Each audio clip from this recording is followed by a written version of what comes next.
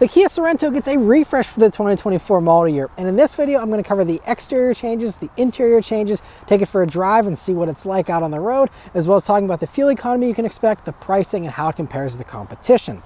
But as far as this refreshed front end, that's the biggest change here for the 2024 Sorentos, and you can see it looks a lot more like the Telluride, which makes sense since the Telluride is so insanely popular, and I think they wanted that to spread over to the Sorento a little bit more here. And so up front there you can see the stacked LED headlights that look really sharp here. You see the egg crate kind of grille there, which is much blockier and bolder than before.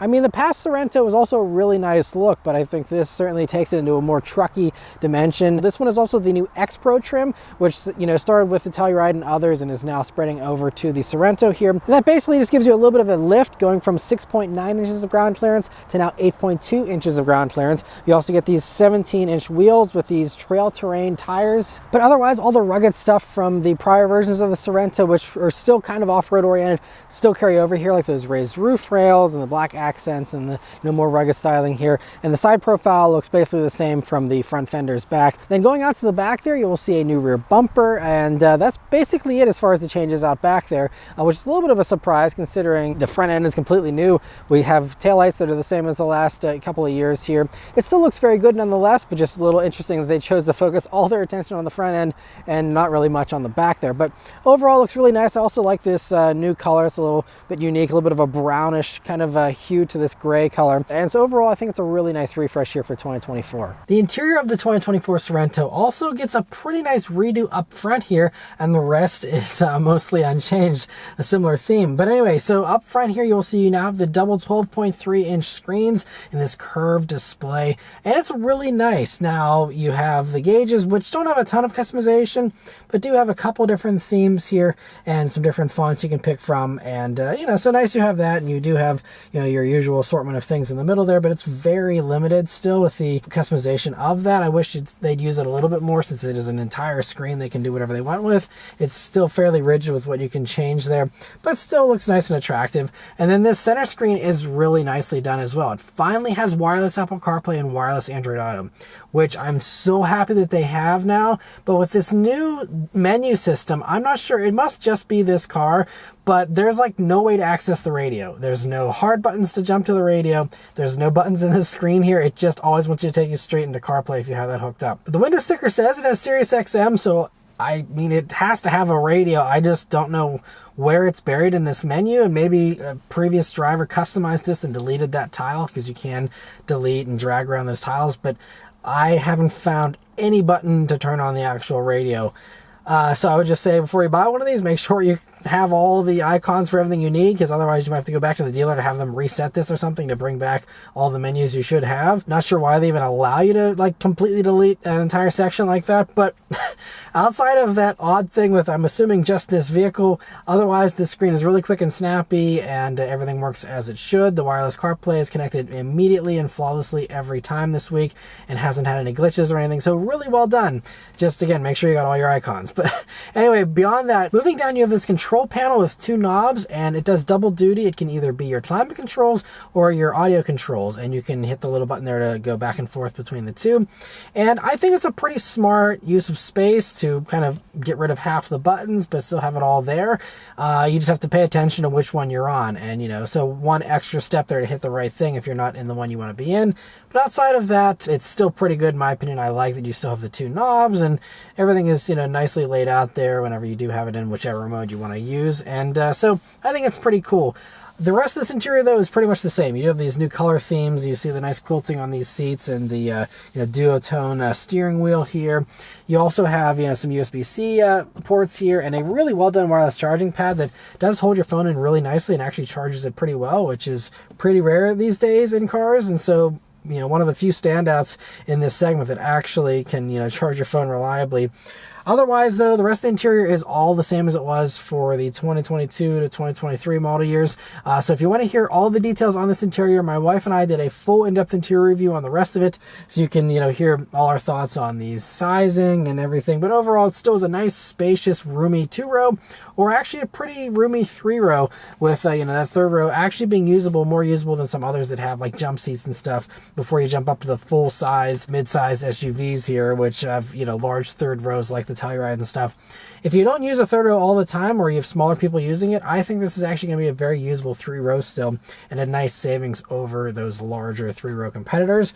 And so overall, still a really nice interior, and I think that these new improvements here for 2024 just give it some extra appeal. But let's start up and go for a drive. The Sorento here has this new Kia key, which has this like satin finish, rubbery finish on it here, and some satin metal trim on the sides. It's actually a really nice key. It's kind of big, but it's really cool, so I don't mind it too much. But of course, it is keyless access, keyless entry, and push button start.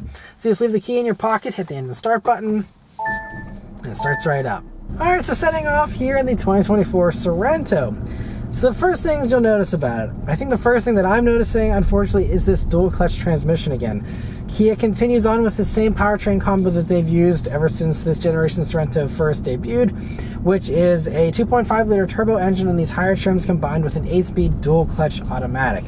And the dual clutch automatic, I was hoping for 2024 they would have given it some extra refinement. And I believe Hyundai did in their version of this in the new Santa Fe. But in this, it still isn't super smooth or refined. Whenever you're starting off from a stop, you still can feel that clutch engaging. It feels like someone driving a manual transmission for you. Now, it's someone who's driving a manual very well, but it's just still not as smooth as a regular torque converter automatic. And I mean, if you're an enthusiast, yes, this motor is going to be a little bit quicker to respond with this dual clutch and give you quicker manual shifts. But how many people are doing paddle shifting in their Sorento or care about sportiness at all, to be completely honest?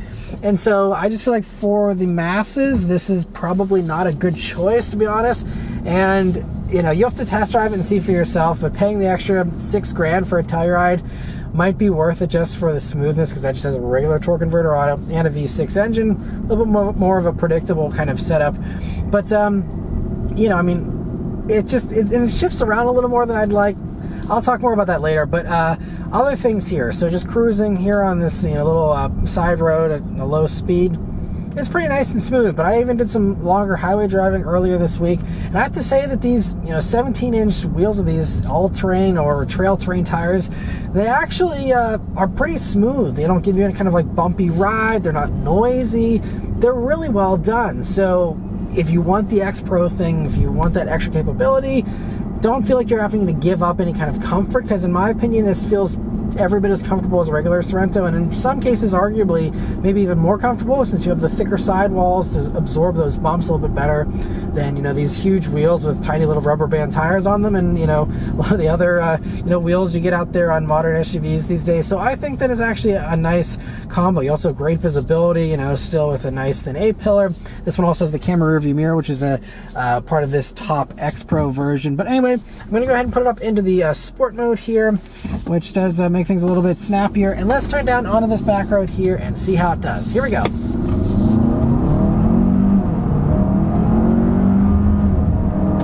It pulls pretty strongly.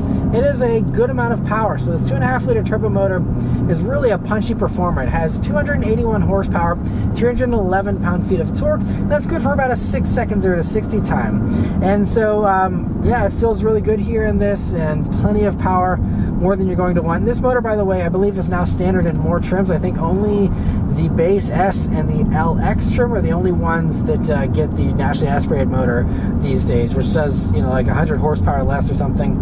Not super punchy in that one. It's probably fine if you're not in a hurry, but this motor is definitely nice to have, and it's just going to be it's really strong. I love this engine. They pair it up with a regular torque converter automatic in other vehicles where it's fantastic, but here with the dual clutch, again, just not the most refined setup out there. But even this road we're on now generates a little bit of road noise and tire noise, but you hear a little bit, but it's not too bad. Honestly, the one thing, I hate to come back to it, but the one thing that does actually generate a little bit of noise here is this transmission. I've been hearing just more noise than I'm used to from Sorentos and modern vehicles in general. I hear more mechanical stuff than I have in the past. So just, again, refinement is the one area where I feel like this could still use a little more polish. One other nice thing here with the X-Pro now, it gives you a little bit of extra capability, is that you now have a larger radiator fan that bumps the tow rating up 1,000 pounds to 4,500 pounds, which is almost as much as the Telluride does, which is 5,000. And so nice, you get that extra towing capability here in the X-Pro.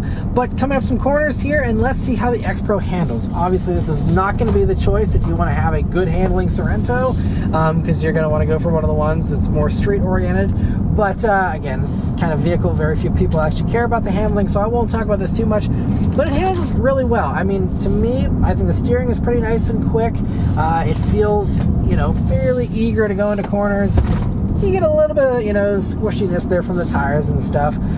Again, I'm not going to review it like a sports car. It's totally fine, though. It doesn't feel like it's, you know, flapping around all over the place or that it's rolling or anything. You know, it feels really, you know, composed and really well done, in my opinion. And so even with, you know, this higher ride height and all that now, it doesn't really feel that compromised. Again, it's going to be totally fine for most people, so I won't harp on it. And it's, yeah, just still a really nice handling vehicle.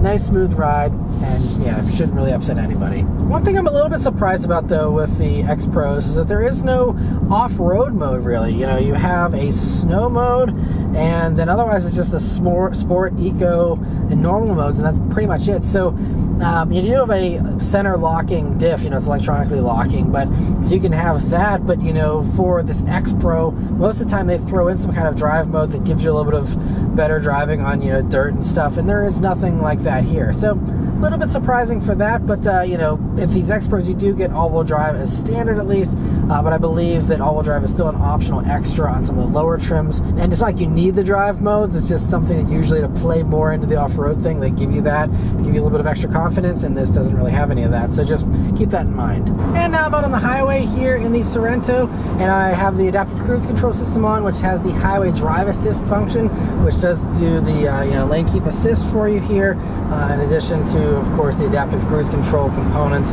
And you know, we're going around a gentle corner here. I'm just kind of resting my hand here, making sure it doesn't act up. And so far on all these gentle corners I've been taking it around, it's doing a totally good job. So get this one here, we'll see. Sometimes the system likes to go a little bit closer to the shoulder here, but this one it's doing okay. So it's always a little iffy with highway drive. It's always hit or miss. Some vehicles it's really good, others it's you know, not the best, and kind of gets a little all over the place. Sometimes it hasn't even held road lines for me. This one is actually doing a pretty good job, though, so pretty happy with the way that's going here. And yeah, so happy that this one is doing pretty well. I'm hoping that they continue to improve the system and make little refinements to it every year. But if you're on a highway that doesn't have, you know, the windy corners like we have here in southwestern Pennsylvania, you know, I'm sure it'll most of the time act totally fine as well, and I'm happy to see that it's working pretty well this time. Otherwise, as far as safety tech goes here, especially for these top trims of the Sorento, you get basically everything as standard. Now, this X-Pro, the couple of things it does add is the camera rear view mirror. You also get a side sensors for the radar system, you know, as far as your distance there, and also rear auto braking, I believe, is only on this top trim. But otherwise, everything else, you know, blind spot monitoring, and you know, now that you have these screens, I believe is standard. You know, you should have all the, you know, blind view monitor, all those types of things as standard as well. And so it's going to have your bases totally covered as far as all of the safety tech goes here in this. And it's really good that, you know, they give you, you know, such a high level of safety equipment as standard. But then the last couple of things to mention here are the fuel economy and then the pricing and how it compares to the competition. So as far as fuel economy goes, these are rated 20 mpg in the city, 27 on the highway, and 23 combined. In my driving here, I did about 70 miles of driving here, and I'd say that more than half of that was on the highway. So I'm actually currently getting 23.3 mpg, so I'm at that combined figure. And so I'm pretty happy with that, you know, considering, again, it was, I'd say, pretty close to a 50-50 split, maybe a little more highway, but overall, you know, I think I'm pretty happy to be getting 23 in something like this that's as large as it is, it's as powerful as it is with the all-wheel drive and all that. I think that's part of why they probably stuck with this dual clutch, even if it's not the most refined, is maybe it gives them a little bit of a fuel economy bump. But if that's the case, I'm surprised they haven't used this dual clutch in everything else, if that's something they're concerned about. So still not sure why this refresh would have been a prime time to put the regular torque converter in this, and instead they chose not to. So anyway, it is what it is. But the one last thing I will add about this transmission is that there have been reports of it being problematic. Car and Driver had some issues whenever they had one, whenever they first tested the 2022 version for a long-term test, and there's been others that have had issues with this that I've seen as well. So just hopefully they are continuing to work on that and improve that stuff, but just keep in mind this dual clutch might not be, you know, the most reliable transmission out there. But again, the nice thing with the Kia is that you have the 10-year 100,000-mile warranty for the powertrain, so if something were to go or have an issue, you know, that is covered under warranty there, which is great. But then the last thing that to mention here is the pricing and how this compares to the competition. So as far as the pricing, this one starts around $48,765. This one, as tested with the carpeted floor mats and a few other little things, drives the price up to $49,400. And that price is actually pretty competitive, because I mean, to go to a comparable X-Pro Telluride is going to cost you about $6,000 more. And yes, it's a bigger vehicle, you get a V6, you get more space, but other than that, I mean, it's a similar interior and stuff, so you're not getting that much more with the Telluride aside from that size and, you know, a couple other things. But I think this is a really nice savings. Again, if you don't need to have the biggest third row out there, you just need something every once in a while that you can, you know, transport, you know, 6 or 7 people in like this, I think this is going to be a nice savings and kind of be a more pragmatic approach to a 3-row crossover versus, you know, many of the others out there. And because of that, you know, this really doesn't compete with all the other larger 3-row crossovers. But, you know, because most of those, again, for a fully loaded version like this, will get into the mid-50s for sure. So I think this is a really nice savings. The only other one that I think, to me, is a really close competitor is within the Hyundai Motor Group here with the new Hyundai Santa Fe. That is brand new styling. It's a brand new generation of that. And that also has a really nice usable third row now. And that is, you know, really close in price. I'd say it's, you know, within a few $100s of this pricing-wise.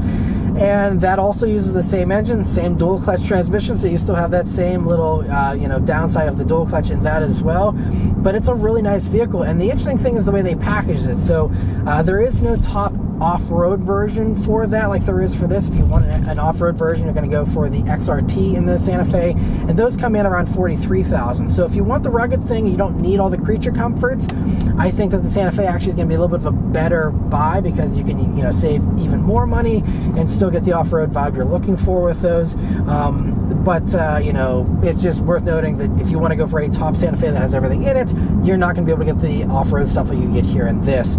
So you just have to decide on, you know, how you want to play that trade-off. But that's the only other one that doesn't go over 50 at all, even maxed out. That's really impressive, really cool. I really enjoyed the Santa Fe I reviewed a few months back, and I'll be spending more time with one of those here in a few months as well. But overall, you know, there's really not many other good competitors, because all the other mid-size stuff that's, you know, smaller than the 3 rows is usually just a 2-row vehicle. There's very few that still have this third row. And so I think that overall, Sorento still has a very unique spot here in the you know, Kia lineup and just in the market in general, and it's a really cool niche that I think is worth investing in, and I'm glad that Kia has invested in that. And I think that hopefully Sorento sales will get even stronger now with the more Telluride-like front end and you know, the even more impressive interior than you had before.